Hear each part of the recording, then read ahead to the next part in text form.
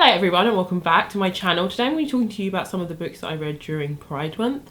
I actually only realised it was Pride Month about the 12th of July, around then, and I was originally going to pick out a whole bunch of books that was somehow related to Black Lives Matter for June actually. And then I remembered it was Pride Month and I was like, let me get to do some reading. I guess, you know, one of the things that Black Lives Matter has taught me is about looking at also other marginalised groups, and obviously Pride Months exist so that people on the LGBTQ plus spectrum can sort of celebrate and talk about their sexuality. So I really wanted to make sure that whilst, you know, I am fighting the battle of Black Lives Matter, that I was being completely inclusive of everyone. I think it's obviously really good to not be homophobic, but personally I don't think that's enough. I would like to be an ally to people that go through a lot more struggle than I do as well. So that's why I wanted to partake in Pride as well. I think there is the Queer Lit Readathon. I didn't do that. I just simply picked up a bunch of books that I had in my reading stack and then some books I picked off of Scribd. Basically, I didn't want to spend any money and I just wanted to shop within what I had. I'm going to mention this book really quickly. I didn't read this during June. I actually read it at the end of May. I just spoke about it very recently in one of my recent reads videos, but this is a poetry collection by Andrew Macmillan. It's called Physical, and this is about the male body. It is about male friendship, it is about male love. So if you're interested in a poetry collection that deals with those sort of topics, I would definitely highly recommend this. Andrew is from Yorkshire, I think, so it's got a bit of sort of their twang in there as well, but this is a stunning poetry collection and I will link my video talking about this up here and down below. So the next thing I'm going to speak about is a comic book collection. I think the first thing I should actually talk to you guys about is how, I guess, what sort of books that I generally tended to pick up for Pride. So when I was looking at my stash, I realised a lot of the books that I had were dealing with gay men, and I really wanted to have books that also dealt with women, that also dealt with non-binary, just other sexualities that I don't really tend to like read literature from. I don't even know how much literature there is in certain sexualities, but I just realised that a lot of it was to do with gay men. So I sought out on Scribd there was an LGBTQ plus list, and it had this comic book and it's called the Avant-Guards. It really ticked the box in terms of queer sexuality for women. And do you know what, I'm hearing myself speak and I can hear that I sound really nasally. I suffer with hay fever, so I do feel a little bit bunged up at the moment because it's been a bit sunny, but then it started to rain, and like on one of the days the pollen count was so high and I was just suffering so badly and couldn't even sleep, and I haven't been sleeping properly. So yeah, I'm hearing myself back and I sound really nasally and I apologise for that. But the Avant-Guards, I read volumes 1 and 2 and they were both available on Scribd, and it is a comic book about women and basketball. These girls are in college, and each of them basically identifies on the queer spectrum. Yeah, I think that's correct. I think we follow our main character Charlie. There's a play between two main characters, a main character called Charlie and a main character called Liv. And Liv is the sort of leader of a basketball team. It's like a sort of basketball team of misfits, but each of these women yeah, like I said, identify on the queer spectrum. Charlie, I think, is a lesbian. Liv, I also think, is a lesbian. But there are others in there. I think one is transgender, one is bisexual, another is non-binary. And we basically follow these women and their story and their basketball journey. It's really funny because they just seem to enter basketball tournaments and then end up playing against really random groups. So yeah, each sort of volume, not each volume, each series, it's like there are like 5 in a volume, so I don't know what to call the individual ones, but each of the individual ones basically follows one of the other characters or carries on from the story before. I think there's only so far one person's identity in terms of sexuality that I'm not sure of, but it basically follows them and their sort of background and sort of how they got to this point in the school. And it's just a really nice feel-good book. Like, it's just really nice to see people coming together and playing a sport, and then also they're doing other things in their life, whether it be showing their art in an exhibition or being a comedian, doing stand-up comedy. It's just a really nice variety. It is one that I definitely want to pick up. I have a terrible track record with graphic novels. Like, I will just read them and then completely forget about them, but I think this has such a nice balance between queer rap and just being a very engaging comic that I need to like pick up the rest when it comes out. I'm not sure if just the rest of the volumes aren't available on Scribd or if there are just no more volumes past volume 2, but this collection is authored by Carly Usden and the illustrator is Noah something, but when I put it on the screen you'll be able to see who the people are. The next book I want to speak about is Giovanni's Room by James Baldwin. Oh my god, guys, I gave this 4 out of 5 stars. Oh, for reference, I gave the comic book, so the Avant-Guards volume 1, I gave 4 stars, I think. And then Avant-Garde Volumes 2, I gave 5 stars. I think that's the order. But I gave this 4 stars, and oh my god. So I had originally picked this out to read out of my pile for this month anyway, because James Baldwin is such a important writer to African American literature, and whilst it wasn't really to do with Black Lives Matter, I knew I really wanted to read this book. So I picked this book up about 2 years ago because it was in my Glasgow sort of bookshop tour video, and I hadn't read it. And this month I was like, I'm going to read it. And then I realised it coincided with Pride Month. I was like, hell yeah, I'm picking this up. And my god, I'm so glad that I did. Giovanni's Room is about David and a man named Giovanni, and it's about the time they spend in his room, which is why it's called Giovanni's Room. But it's a bit more broader than that as well. So on the back here it says here, David, a young American in 1950s Paris, is waiting for his fiancée to return from vacation in Spain. When he meets Giovanni, a handsome Italian barman, the two men are drawn into an intense affair. And my god, it is intense. It is, it's all sorts of sensual. James Baldwin's writing is amazing. Like, it's amazing. Just the way he writes, the images he conjures up in your head, the way he describes certain things. I actually think in one point he refers to one of the banks like being swollen, and I don't know, it's just the imagery it conjures up. Absolutely beautiful. And yeah, he writes this really wonderful love story of David and Giovanni. Our narrator is David, and we find out very early on in his teenage life he had a sexual encounter with another boy, then completely like just disregards that and goes on with his life. So basically, you know that David is gay, but he's not open about it. And so, like you heard in the back, he has proposed to someone, and it's actually, he's proposed to her, but she hasn't actually said yes, but she's gone off travelling for 3 months, which is actually quite weird in this time. And even Giovanni comments on it. He's a bit like, why has she gone travelling by herself? So there and there, it's a bit odd, that sort of relationship, and why did she like sort of disappear once he asked that question.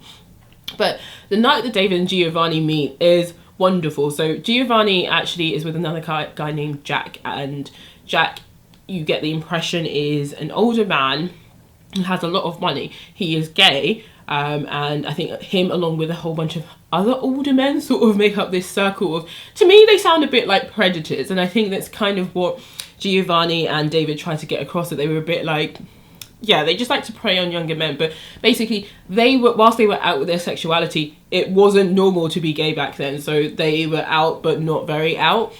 So he goes to the bar that Giovanni works with Jack, and they don't know that, you know, Giovanni's working there that day. They actually go there, and there's another man who I keep forgetting his name, but he's the guy who owns the bar. So yeah, David and Jack go to this bar, they meet Giovanni. Actually, originally Jack is the one that's interested in Giovanni, but as David and Giovanni get talking, they see that there are sparks between them. So basically their night ends once like Giovanni closes the bar, and the owner of the bar as well, who is also another gay man.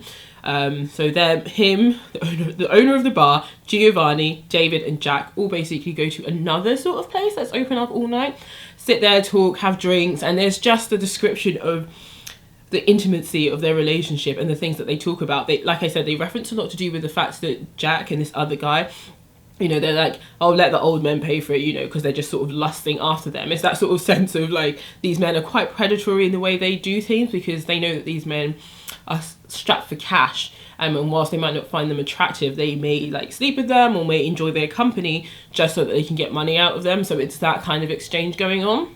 But then yeah, Giovanni and David end up like spending the night together, and eventually David moves in with Giovanni, and yeah, their affair sort of goes on from there, and it's just really intense. It's really lovely to read. Amidst this, David is writing back home to his dad, but he's also letting Giovanni know that he does have someone waiting for him. And I think it's basically that sort of thing when you're in love with someone, even if they tell you that, I mean, I've never experienced this, but even if they tell you that, you believe that your love and what you guys have is so special that he's just going to disregard that. But we know that David does not, because it says on the back of the book, he says, after 3 months, David's fiancée returns, and denying his true nature, David rejects Giovanni for a safe future as a married man. His decision eventually brings tragedy, and the tragedy that Giovanni experienced, it's really heartbreaking. It is teased to you throughout the beginning of the book, and as you go on, you sort of find out, you know, you're being told by David their sort of love affair, but then you're also being told by David what happened to Giovanni after, and you find out that there's a trial and there's all these sorts of things. I don't want to really spoil what happens to Giovanni, because I think it's one of the things you have to explore the book for yourself, because it really adds that much more layer to the story. But this was really emotional. I really believed in their love story. It was really nice just reading a piece where you just knew love, like, you know what I mean? You just knew love, you knew lust, and you also knew so much heartbreak for the characters, because you're heartbroken for the characters in the sense that they live in a time period where homosexuality is frowned upon. I was going to say something else. Yeah, but homosexuality is frowned upon. But also, you're really sad for them because you know that David is holding himself back from the happiness he deserves. So there's so many layers to this. I really enjoyed this. I know I'm going to read it again and again. I gave this 4 out of 5 stars because I think I got to the first 80 pages and oh my god, I was ripping through it and I was like, this is beautiful. This is so nicely written. And then I think maybe once I'd like slept on it for a night and I came back, I still found it really beautifully written, but then we sort of started getting to the bits where sort of Helena comes back and there is quite a bit of time period with her and David's interactions with her. And I found them quite boring, quite frankly. But it also does make you quite sad for Helena because at the end of the day, she can recognise that there is something different about David, and sometimes when she questions David about Giovanni or he's mentioned, she can see the shift in him, but she can't really tell what it is, or if she can, she's not willing to let herself really like ask him, be direct about it. So yeah, when it got to the bits about Helena, I wasn't really that into it. But other than that, I cannot fault this, and I'm going to look up more of James Baldwin's work. I know I have read that Small Penguin collection, which is Dark Days, which is 3 essay collections from him, but this, I need to read more of his fiction. I know he wrote If Beale Street Could Talk, so I'm going to pick that up very soon. The next book I want to speak about is All Boys Aren't Blue by George M. Johnson. This is an essay collection and I actually listened to this on Scribd. I gave this 3 out of 5 stars. I thought this was a really well-rounded essay collection. George really manages to do a good job of it being a memoir and it also having, I don't want to say informative, but trying to show from the lesson trying to show from his experience what the lesson could be, and perhaps just because he didn't have a good experience with X, that doesn't mean that your experience is also going to be like his. He gets to the back of the book and he very much talks about the fact that that's what he wanted to make this sort of essay memoir collection.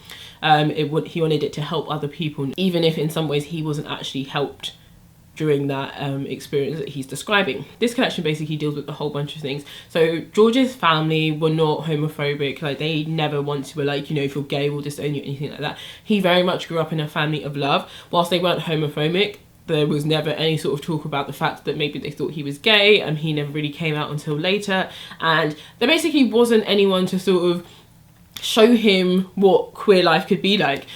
He was very effeminate in school and I think he was bullied quite a lot because of that. And yeah, in the same way that heterosexual people get shown, you know, representation of love, he never had that. And whilst his parents were never lacking in love, they just never really knew how to give him what he needed in terms of his sexuality. The book really focuses on family dynamics, so it really very much talks about the fact that he had a really strong connection with his grandma, his cousins, and how much time they all spent. The family was quite middle class, he says that in the book as well, and that was just really nice to see. I think a lot of the times when you read a lot of literature from black people, sometimes it can just be like, we grew up really poor, like he didn't experience any of that, and I don't know, it was just different to see and it was really nice. He talks about school, he talks about university, you know, he talks about what it was like growing up. One of the things he really focuses on as well is like black history and sort of what he was taught when he was at secondary school about certain people who were sort of the people who freed slaves and stuff like that, and then later getting to like another school and finding out that that history was very much whitewashed. He talks about like being the only sort of black kid at school. He talks about, you know, obviously being like the only like sort of gay person at school, although he does talk about the fact there were like other people but none of them were out. He also talks about someone in his family who I think they transferred from male to female, so yeah, they were transgender, but also talks about that sort of representation, but again it was never really spoken about. People, you know, sort of acknowledging things like that and didn't really talk bad about the person, but it was never like sat down and explained this is what is happening. There's also trigger warnings in this book, I will say, for sexual assault, and that is really sad, and mainly, yeah, it is his memoir, and it's just talking about all the different parts of his life and how he had to come to terms with his queer identity and how it just wasn't the experience that it should have been. It should have been so much better, and it really just pull on your heartstrings, because it really shows how we really do focus on heteronormative relationships and heteronormative sex, and even down to things like sex education. Obviously I haven't been in school for ages, so I don't know what sex education is like now, and I think George is around the same age as me, but even down to things like that and how that really makes queer people so like marginalized, and how they have to be in certain spaces where other people might have experienced those things to be able to fully embrace certain things. So when he goes to like college, I think they call it college, but I would call it university, I think he really does blossom. There are some ups and downs, but he also talks about where he found like a good safe space for him, and also just sort of tragedies that struck while he was at college as well. So it was a really well-rounded book, and he narrated the audiobook. I gave it 3 out of 5 stars because whilst I felt the themes in there that he tackled were really brilliant, and you know, obviously it's a memoir of his own life, generally I found the writing was just quite flat for me. Like, it wasn't bad, it wasn't terrible, but the writing could have had a bit more of an enhanced style, I think, for me to give it 4 out of 5 stars. But I didn't think there was anything wrong with it, and I would highly recommend it because it is really an informative book, especially just dealing with the African American queer experience. Hello guys, editing Sandra here. So I've been editing this video and it's just way too long, like it's bordering on 30 minutes long. So I've decided to split the video in half, but obviously because I didn't know how long this video is going to be, there is no actual natural outro for that video. The outro will be on the second video. So yeah, this is me just signing off and saying to you, thank you for watching this video. Thank you for sort of listening to me talk about the books that I read for Pride. This is not all the books that I read during Pride Month. Another video will be coming, but that video will have to come after my In Conversation with Francis. So stay tuned for that if you want to find out what other books I read, because in the next video I talk about a book that I really enjoyed, which is called Unicorn, and then I talk about another book called Memorial. So yeah, stay tuned for that, and thank you guys so much for watching this video, and I'll catch you in another one. Bye!